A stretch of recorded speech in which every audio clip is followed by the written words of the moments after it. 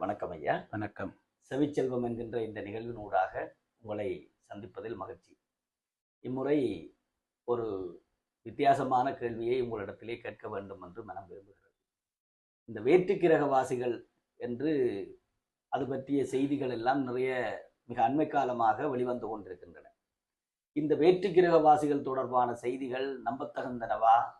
அது குறித்து எங்களுடைய புராணங்களிலே அல்லது இலக்கியங்களிலே அது பற்றிய பதிவுகள் எப்படி இருந்திருக்கிறது, அதை எப்படி நாங்கள் பார்க்க வேண்டும் என்பது பற்றி ஒரு விளக்கத்தை தர வேண்டும். வர வர அறிவியல் சார்ந்த கேள்விகள் நோக்கி உங்களுடைய கேள்விகள் போய்கொண்டிருக்கிறது. அது மகிழ்ச்சிக்குரிய ஒன்றுதான். ஏனென்றால் இன்றைய இளைஞர்கள் நம்முடைய சமயம், இலக்கியம் என்பவை வேறு, அறிவியல் என்பது வேறு என்று நினைத்து கொண்டிருக்கிறார்கள். அது தவறு என்பதை நிறுவுவதற்கு உங்களுடைய இந்த கேள்விகள் உதவியாக இருக்கின்றன என்று கருதுகிறேன்.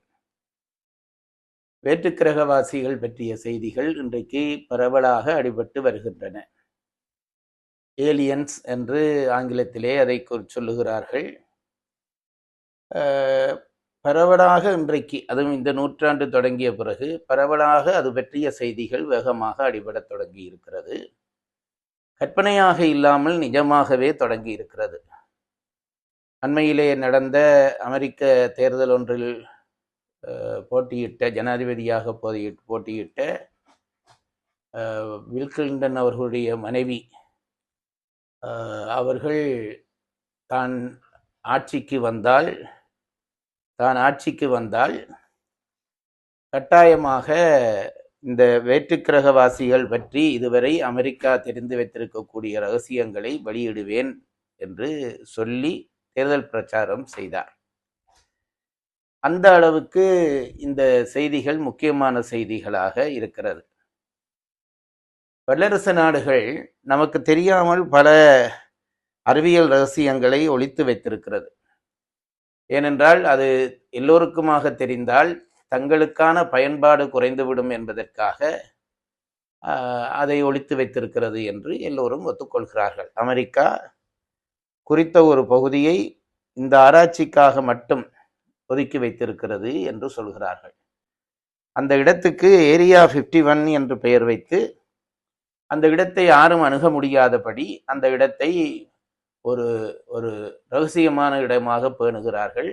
அவர்களுடைய கருத்துப்படி, இன்றைய ஆய்வாளருடைய கருத்துப்படி, அது வெளிக்கிரகவாசிகளுடைய வருகை நோக்கின ஆராய்ச்சிக்கான இடம். அங்கே அது பற்றிய பல உண்மைகள் புதைந்து கிடக்கின்றன என்று சொல்கிறார்கள். இது மட்டுமல்லாமல் மிகப்பெரிய காலத்தொன்மை வாய்ந்த சில விடயங்கள் வேற்றுக்கிரகவாசிகளால் தான் பூமியில் அமைக்கப்பட்டன என்ற செய்தியும் இன்றைக்கு இருக்கிறது. பிரமிட்டுகள் என்று நாங்கள் சொல்கிறோமே, எகிப்திலே இருக்கக்கூடிய பிரமிட்டுகள் எல்லாம் ஒரு காலத்திலே வேற்றுக்கிரகவாசிகளால் தான் அமைத்து கொடுக்கப்பட்டது என்று சொல்கிறார்கள்.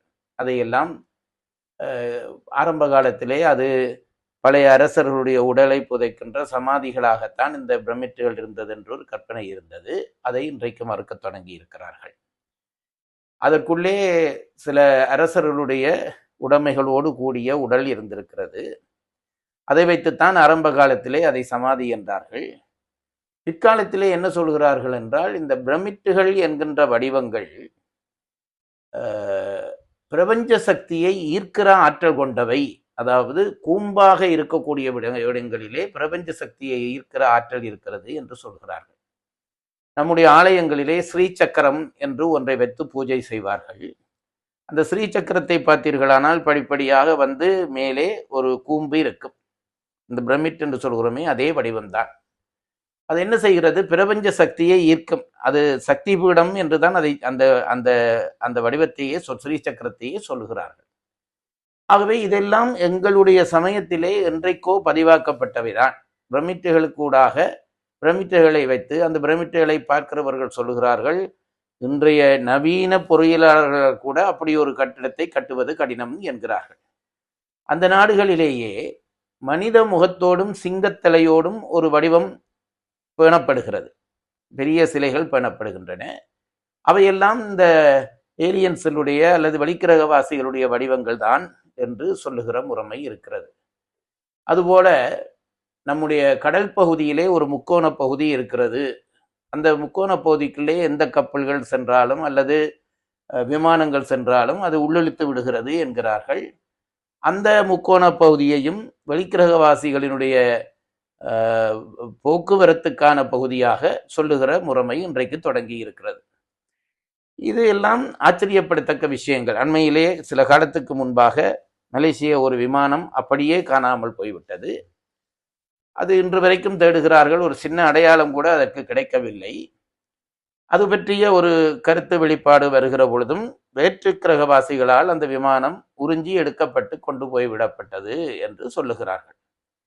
இவையெல்லாம் உண்மையா என்பதுதான் இப்பொழுது கேள்வி.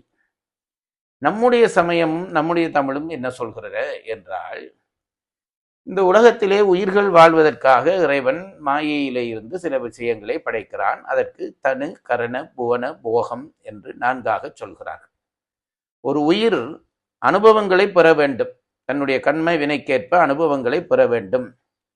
அப்படி அனுபவங்களை பெற வேண்டுமானால் அதற்கு ஒரு உடம்பு வேண்டும். அதுதான் தனு என்கிறோம்.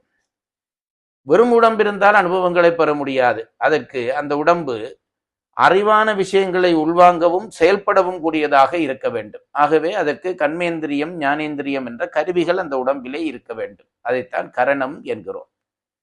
இப்பொழுது ஒரு உடம்பு வந்து விட்டது உயிருக்கு. அது செயலையும் அறிவையும் பெறத்தக்க அந்த கருவிகள் வந்து விட்டன. ஆனால் அது எங்கு நின்று அந்த அனுபவங்களை பெறுவது என்று கேள்வி கேட்கிற பொழுது புவனம் என்ற ஒன்றை சொல்கிறார். ஏதோ ஒரு புவனத்திலே இருந்தால்தான் இந்த உடம்போடு கருவிகளோடு அது அனுபவங்களை பெறலாம். அப்படி அது பெறுகிற அனுபவம், அது இன்பமோ துன்பமோ, அந்த அனுபவத்தை போகம் என்கிறார்கள். இதைத்தான் தனு, கரண, புவன, போகம் என்று சொன்னார்கள். இந்த ஒரு உண்மையை வைத்துக்கொண்டு நாம் ஆராய்கிற பொழுது அறிவாராய்ச்சியை எல்லாம் ஒரு பக்கம் ஒதுக்கி வைத்து விட்டு நான் சொல்லுகிறேன். இன்றைக்கு நம் விஞ்ஞானம் சொல்லுகிறது, பூமியை சுற்றி இத்தனை கிரகங்கள் சுற்றி வருகின்றன, சூரியனை சுற்றி இத்தனை கிரகங்கள் சுற்றி வருகின்றன. இப்படி ஆயிரக்கணக்கான சூரியன்கள் ஒரு பால்வெளியிலே இருக்கிறது, மில்க்வே என்று சொல்லப்படுகிற பால்வெளியிலே இருக்கிறது. இப்படி ஆயிரக்கணக்கான பால்வெளிகள் இந்த பிரபஞ்சத்திலே இருக்கிறது என்று சொல்கிறார்கள். அப்படியானால் எத்தனை கிரகங்கள் இந்த உலகத்திலே இருக்கிறது என்று நாங்கள் தெரிய முடிகிறது. இப்பொழுது என்ன நான் சொல்ல வருகிற அந்த தர்க்கம் என்னவென்றால், ஒரு உயிர் அனுபவம் பெறுவதற்காகத்தான் ஒரு புவனம் படைக்கப்படுகிறது என்றால், நம்முடைய சமய அடிப்படையின்படி இத்தனை புவனங்கள் இருக்கிறது என்றால் இத்தனை புவனங்களிலேயும் ஏதோ உயிர்கள் வாழ்ந்து அனுபவங்களை பெறுகின்றன. உயிர்கள் அனுபவம் பெறுவதற்காகத்தான் புவனங்கள். ஆகவே புவனம் இருந்தால் அங்கு உயிர்கள் இருக்க வேண்டும். இதை இன்றைக்கு தேடிக்கொண்டிருக்கிறார்கள் விஞ்ஞானிகள். பக்கத்திலே இருக்கிற கிரகங்களிலே தேடுகிறார்கள். இன்னும் எத்தனையோ கோடி மைல்களுக்கு அப்பால் இன்னும் ஒளி வந்து சேரவில்லை என்று சொல்லுகிற அளவு தூரத்திலே கூட கிரகங்கள் இருக்கின்றன.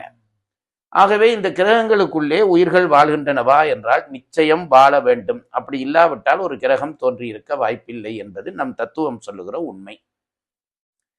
ஆகவே எல்லா கிரகங்களிலும் ஏதோ வடிவத்தில் நாங்கள் நம்மையொத்த ஒரு உயிரைத்தான் தேடிக்கொண்டிருக்கிறோம். அப்படி இல்லாமல் வேறு வேறு வடிவம், நாங்கள் பூமியிலேயே கடலுக்குள் விழுந்தால் நாங்கள் செத்து போய் விடுகிறோம், வெளியிலே வந்தால் மீன் செத்து போய் விடுகிறது. ஆகவே எத்தனையோ விதமான படைப்புகள் இருக்கின்றன. அப்படி நமக்கு விளங்க முடியாத படைப்புகள் எல்லாம் இந்த புவனங்களிலே வாழலாம் என்பது நம்முடைய சமயத்தின் அடிப்படையிலே இருக்கக்கூடிய கருத்து. இனி இது பற்றிய செய்திகள் ஏதாவது நம்முடைய இலக்கியங்களிலே இருக்கின்றனவா என்றால் இருக்கின்றன. திருமுருகாற்றுப்படை என்று ஒரு இலக்கியம் இருக்கிறது. அது நக்கீர பெருமான் இயற்றியது. முருகன் மேலே பாடிய ஒரு பாடல், நீண்ட பாடல். அந்த பாடலிலே வருகிற பொழுது முருகனுடைய 6 கைகளும் 6 முகங்களும் 12 கைகளும் என்ன செய்கின்றன என்று ஒவ்வொன்றாக சொல்லுகிறார். அப்படி சொல்லுகிற பொழுது அந்த கைகள் என்னென்ன செய்கின்றன என்று சொல்லுகிற பொழுது, விண்செலல் மரபின் ஐயர்கேந்தியது ஒரு கை என்று ஒரு வரி வருகிறது. அதாவது ஆகாய வழியாக பயணிக்கிற உயர்ந்தவர்களை ஒரு கை காத்து கொண்டிருக்கிறது. ஐயர்கள் என்றால் உயர்ந்தவர்கள் என்று அர்த்தம். அவர்களை ஒரு கை காத்து கொண்டிருக்கிறது என்று அந்த திருமுருகாற்றுப்படையிலே பதிவு செய்கிறார். ஆகவே விண்வெளியாக பயணம் செய்கிற உயிரினங்கள் இருந்திருக்கின்றன, அதை முருகன் காக்கிறான் என்கின்ற ஒரு வரி இருக்கிறது. மகாபாரதத்திலே இது பற்றிய ஒரு செய்தி இருக்கிறது. சித்ராங்கன், விசித்திர வீரியன் என்று 2 பிள்ளைகள். அதிலே சித்ராங்கன் ஒரு நாள் படுத்திருக்கிறான். ஆகாய வழியாக ஒரு காந்தர்வன் போகிறான். அப்பொழுது இவனை சித்ராங்கன் என்று கூப்பிட்ட உடனே அவனுக்கும் அதே பெயர். தன் பெயரை பூமியிலே ஒருவன் வைத்திருக்கலாமா என்று கோபித்து வந்து அவன் இவனை கொன்றுவிட்டு போனான் என்ற செய்தி இருக்கிறது. ஆகவே வேற்றுக்கிரகவாசிகளை பற்றிய நிறைய செய்திகள், தமிழ் தொன்மையான ஒரு மொழி என்றபடியாலும் சைவ சமயம் தொன்மையான சமயம் என்றபடியாலும் பல ஒன்றிரண்டு அல்ல பல செய்திகள் வேற்றுக்கிரக சூரபத்மன் 1008 அண்டங்களை ஆண்டான் என்று ஒரு செய்தி இருக்கிறது. ஆகவே இது பற்றி நாம் இவையெல்லாம் கற்பனை என்று ஒதுக்கிவிட்டபடியால் நாம் தேடத் தவறுகிறோம். ஆனால் விஞ்ஞானம் இன்றைக்கு தேடத் தொடங்கி இருக்கிறது, தேடிக்கொண்டிருக்கிறது. இந்த கூம்பு வடிவம் பிரபஞ்சத்தை சக்தியை இழுக்கும் என்று சொன்னேனே, அதற்கு ஒரு சான்று எந்த சமய கோயில்களை பார்த்தாலும் அந்த கோயிலினுடைய கட்டிட வடிவிலே கூம்பு வடிவு இருக்கிறது. கிறிஸ்தவ கோயில்களை பாருங்கள், கூம்பாகத்தான் அதை அமைக்கிறார்கள். இஸ்லாமிய கோயிலே அது ஒரு வட்டத்திற்கு மேலே கூம்பு. நம் சைவ சமயத்திலே கலசங்கள் என்று வைக்கிறோம், அந்த கூம்பு வடிவம்தான் இருக்கிறது. பௌத்த கோயிலிலே அந்த கூம்பு வடிவம்தான் இருக்கிறது. ஆகவே இந்த பிரபஞ்ச சக்தி என்ற ஒன்று உண்டு, அதை ஈர்க்க முடியும், அதனூடாக நம்முடைய வெளிக்கிரகவாசிகள் இங்கு வர முடியும் என்ற செய்திகளை எல்லாம் நாம் நம்பித்தான் ஆக வேண்டும். பிரமிட்டுகளுக்குள்ளே உடலை வைத்தார்கள் என்றால், இன்றைய கருத்திலே ஒரு கருத்து என்னவென்றால், தம்முடைய உடலை அங்கே பாதுகாப்பாக வைத்துவிட்டு வெளிக்கிரகங்களுக்கு அந்த பிரமிட்டுக்கு ஊடாக பயணம் செய்திருக்கிறார்கள். பயணம் செய்து திரும்பி வந்து இந்த உடலை எடுத்துக்கொள்ளலாம் என்று பயணம் செய்கிறார்கள். இந்த பயணத்திலே என்ன ஒரு சிக்கல் என்றால், வெளிக்கிரகங்கள் நோக்கி போகிற பொழுது காலமாற்றம் ஏற்பட்டு விடுகிறது.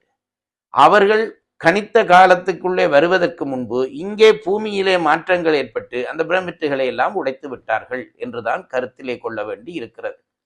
ஆகவே வெளிக்கிரகவாசிகள் இருக்கிறார்கள் என்பதை நம் தமிழும் சைவமும் நிச்சயமாக நம்புகிறது. அது அந்த அவர்களுடன் தொடர்பு பூமிக்கு ஏற்கனவே இருந்திருக்கிறது என்பதையும் நிச்சயமாக நம்புகிறது. அண்மையிலே மறைந்து போன ஸ்டீஃபன் ஹாக்கிங் என்ற மிகப்பெரிய விஞ்ஞானி, இந்த நூற்றாண்டினுடைய ஐன்ஸ்டீன் என்று சொல்லப்படுகிற விஞ்ஞானி, பூமிக்கு வரப்போகிற ஆபத்து பற்றி குறித்து விட்டு போயிருக்கிறார். அதிலே அவர் சொல்லுகிற ஒன்று, இந்த கருவிகளுக்கு ஊட்டுகிற செயற்கை அறிவு. அடுத்ததாக சொல்லுகிறார், வெளிக்கிரக வாசிகளாலே மிக விரைவில் பூமிக்கு ஆபத்து வரும் என்று சொல்லி போயிருக்கிறார். ஆகவே விஞ்ஞானம் சொல்லுகிற இந்த உண்மையை எங்களுடைய மெஞ்ஞானம் என்றோ இனம் காட்டி இருக்கிறது. இன்னும் இது பற்றிய பல செய்திகள் இருந்தாலும் நீங்கள் கேட்ட அளவில் இந்த அளவிலே சொல்கிறேன். வாய்ப்பு வந்தால் இன்னொரு முறை தெளிவாக சொல்கிறேன். வணக்கம்.